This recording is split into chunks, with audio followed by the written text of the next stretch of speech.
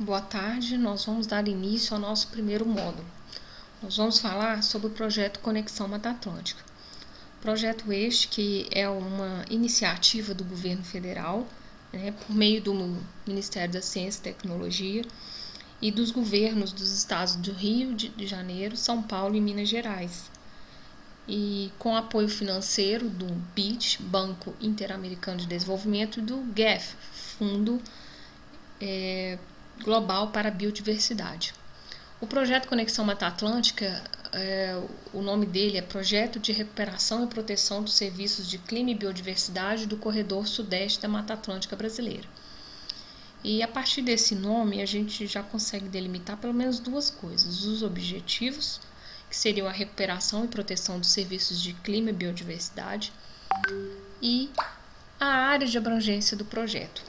E de fato, o projeto ele se concentrou na bacia do Paraíba do Sul, que é a principal bacia de abastecimento da região sudeste brasileira.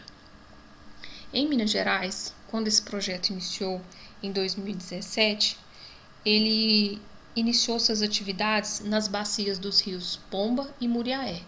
E a partir de 2019, ele foi estendido para as bacias do Rios Preto e Paraibuna, que foi no momento em que a maioria de nós aqui adentrou o projeto, aderiu ao projeto. A Mata Atlântica, vocês sabem, é uma das florestas tropicais mais ameaçadas do mundo. Ela sofreu muito com a ocupação, com a urbanização. Ela que no início ocupava cerca de 15% do território, passando por diversos estados, diversas bacias hidrográficas, ela foi sendo dizimada a ponto de restar menos da metade dessa vegetação. E hoje, quando a gente fala em Mata Atlântica, a gente está falando de monocultura, de solos expostos e degradados, mata ciliar praticamente inexistente. E quando a gente fala das áreas preservadas, na verdade o que a gente tem são fragmentos pequenos, isolados, muitas vezes concentrados dentro de unidades de conservação. Então essa é a realidade da Mata Atlântica hoje, e é nesse contexto que surge o projeto Conexão Mata Atlântica, com a finalidade principal de mitigar o carbono da atmosfera. Como? O que seria isso? Seria reduzir as emissões de gás carbônico e aumentar a remoção de gás carbônico. Porque o gás carbônico, vocês sabem, ele é um dos principais gases de efeito estufa e contribui para as mudanças climáticas. Então, como que um projeto faria isso? Ele faz isso através do fomento à restauração de florestas nativas e paisagens produtivas, angariando aí outros objetivos, como a conservação da biodiversidade e a promoção da conexão de fragmentos florestais. Por que isso, De novo, para manter ou recuperar os serviços ecossistêmicos associados ali à biodiversidade. Que seria dispersão de semente, controle da erosão, ciclo da água, ciclagem de nutrientes, polinização, enfim. Através dessas ações de restauração de florestas nativas e produtivas, ele conseguiria atingir esses outros objetivos. No início do projeto, foram estabelecidas metas de capacitação de produtores rurais. A meta inicial era 375 pessoas capacitadas em assuntos como manejo de solo e água, adequação ambiental de propriedades, técnicas de produção agroecológica. E o IEF não só capacitou 375 pessoas, como capacitou muito mais do que isso, milhares de pessoas, através de curso, através de realização de dias de campo. E numa segunda fase, veio a meta de recuperação florestal propriamente dita, que seria através das atividades de cercamento e plantio de mudas. Inicialmente, e vocês vão acompanhar isso nessa linha verde do gráfico, a meta de recuperação era de 1.005 hectares. depois passou para 1.500. Mas os projetos cadastrados pelo IEF, de forma a bater essa meta, você vê que essa linha azul, eles foram crescendo ao longo do tempo, de forma que a gente chega em 2021 com mais de 2.000 hectares cadastrados, né, para fazer intervenções de plantio e de cercamento. E aí eu gostaria de fazer mais para vocês observarem que foi nesse momento que, em março de 2021, que a EF encerrou as inscrições, porque não adiantava manter as inscrições abertas, sendo que a gente tinha uma meta que a gente já tinha perspectiva de alcançar, e o recurso não era infinito, né? Pelo contrário, o recurso ele era já carimbado, já era um recurso certo. E nesse gráfico aqui, nessa figura, a gente vê onde que estão esses projetos aqui na região da Zona da Mata. Nesse momento que a gente fez esse levantamento, tinha mais de 2.000 hectares cadastrados, mais de 429 projetos. Tem casos que tem um só produtor, tem vários projetos cadastrados, é o caso de praticamente todos vocês. Tinha 368 quilômetros de cerca cadastrados, dos quais 210 já tinham sido executados. Estávamos prevendo proteger ou recuperar 397 nascentes, plantar mais de 582 mil mudas nativas e mais uma quantidade imensa de mudas de espécies produtivas de uso econômico, como o mogno, eucalipto, café, pupunha, banana, enfim. Porque, como eu disse, o projeto ele foca na recuperação tanto de paisagens de florestas nativas quanto paisagens produtivas, né? Porque um pomar ele é muito melhor do que um pasto degradado funcionando como fonte de carbono para a atmosfera. Então, nos projetos tem um item que a gente marca qual que é a finalidade do projeto. Então, tem os projetos que têm o objetivo de formar o sistema silvopastoril, foram mais de 690 hectares, tinha mais de 300 hectares de recomposição de reserva legal, mais de 200 hectares de recomposição de APP de topo de morro, mais de 175 hectares de recomposição de recuperação de nascentes, e assim vários outros objetivos, como produção de madeira, produção de látex, frutas, vários outros. Esse aqui é um cronograma financeiro até o momento desse levantamento. Minas Gerais já tinha gasto mais de 3.600.000 dólares. E esse aqui são os outros componentes, né? Ministério da Ciência e Tecnologia e os outros estados. Isso aqui é algumas fotos para eu mostrar para vocês o que já foi feito.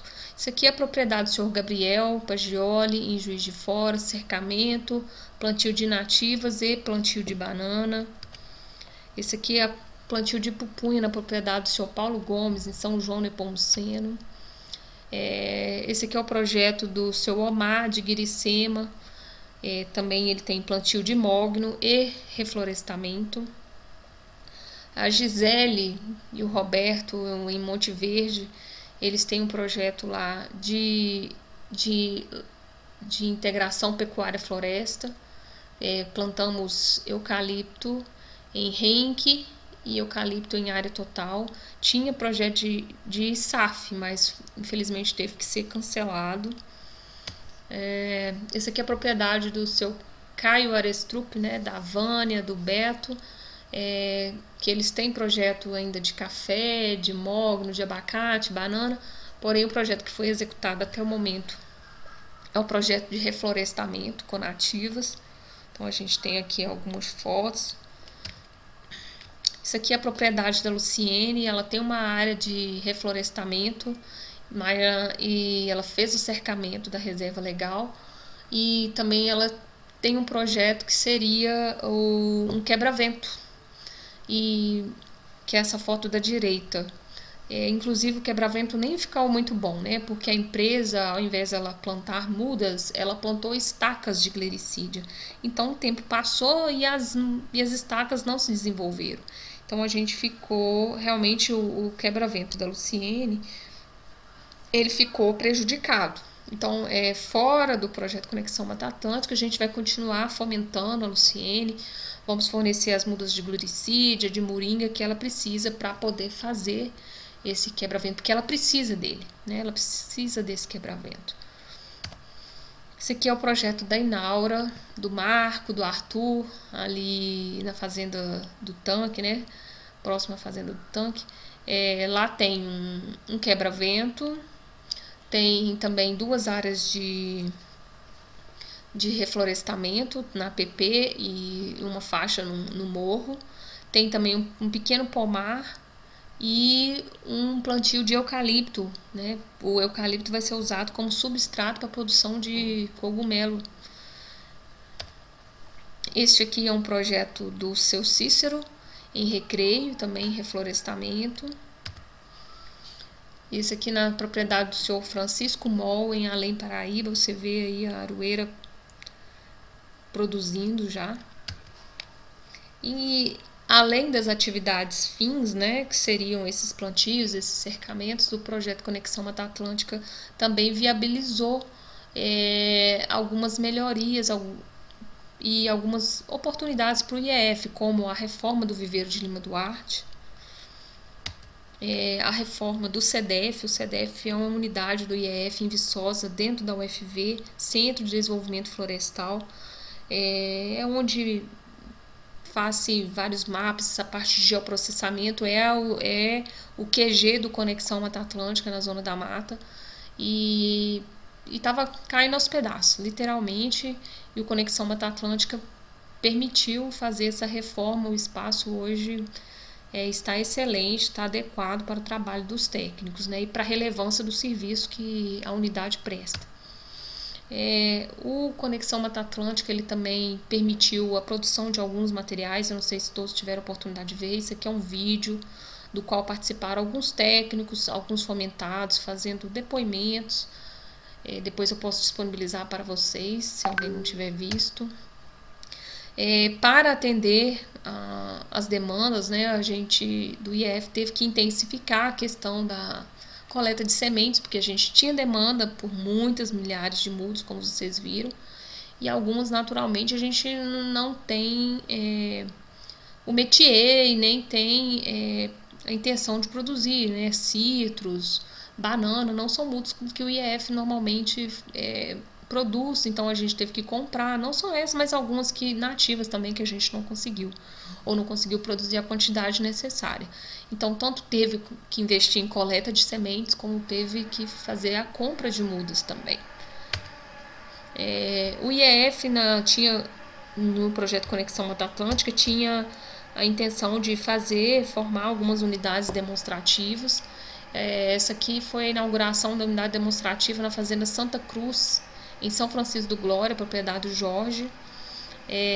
Isso aí foi a inauguração da unidade. O proprietário ganhou uma placa, né, como todos ganharam, e ele quis fazer um jardim na frente dessa placa. Ele quis valorizar o espaço, e na inauguração da unidade ele recebeu a presença de algumas autoridades. Foi um evento. Essa aqui, como eu disse, é a propriedade do seu Jorge, unidade demonstrativa. Então, aí foram desenvolvidas várias atividades, né? Foi um planejamento integral da propriedade, com uso com questão de barraginha, várias técnicas de manejo e os plantios em si, né? Lá a gente tem tanto o milho, o milho foi plantado na entrelinha, tem o eucalipto, tem o mogno, enfim, espero que todos tenham oportunidade de conhecer lá um dia.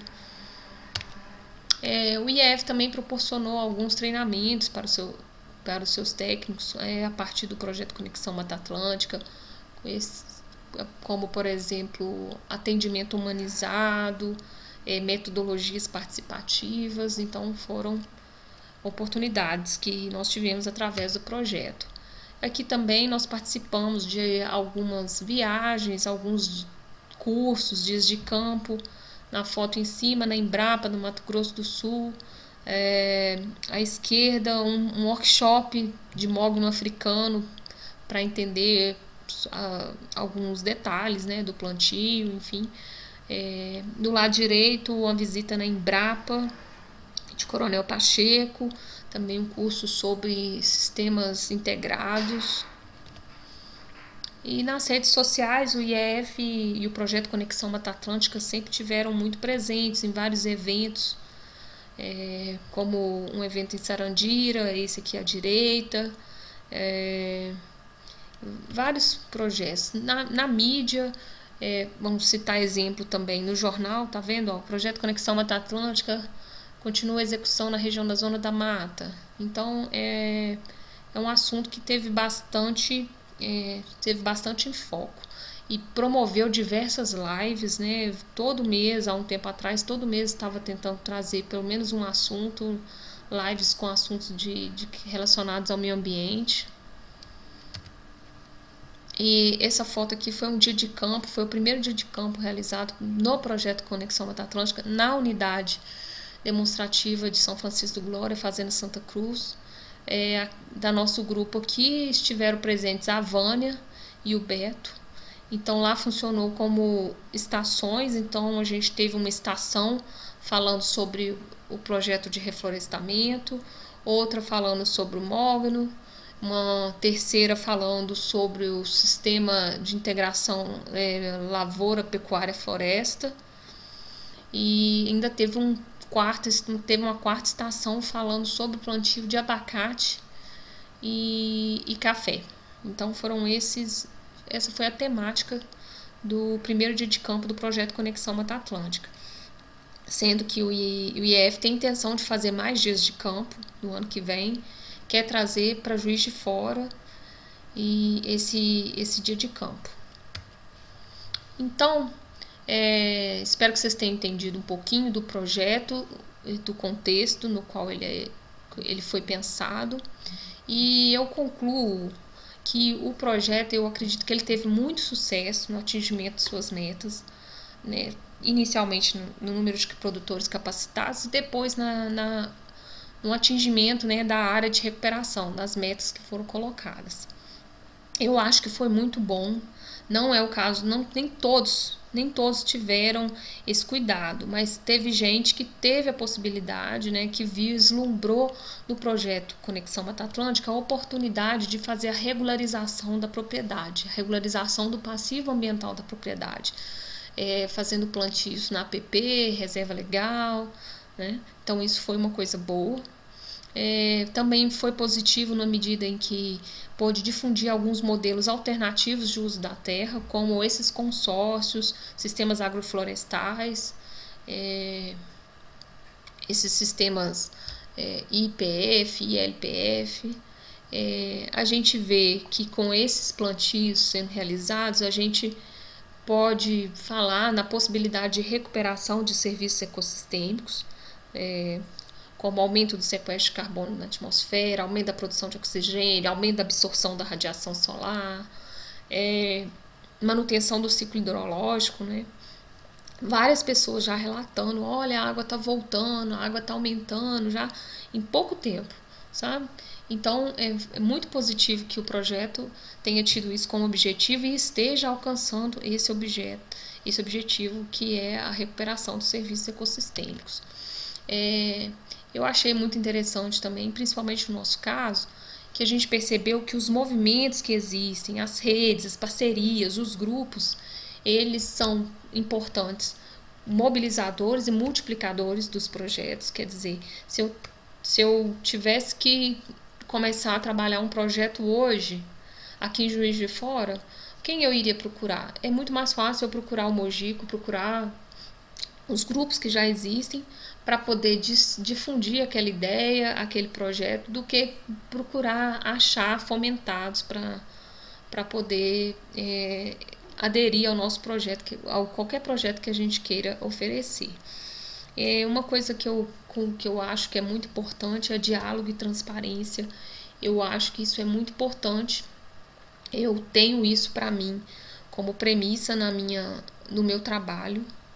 Então, se for para falar uma coisa boa ou uma coisa ruim, eu vou querer falar com vocês. Eu acho que isso ajuda a estabelecer confiança.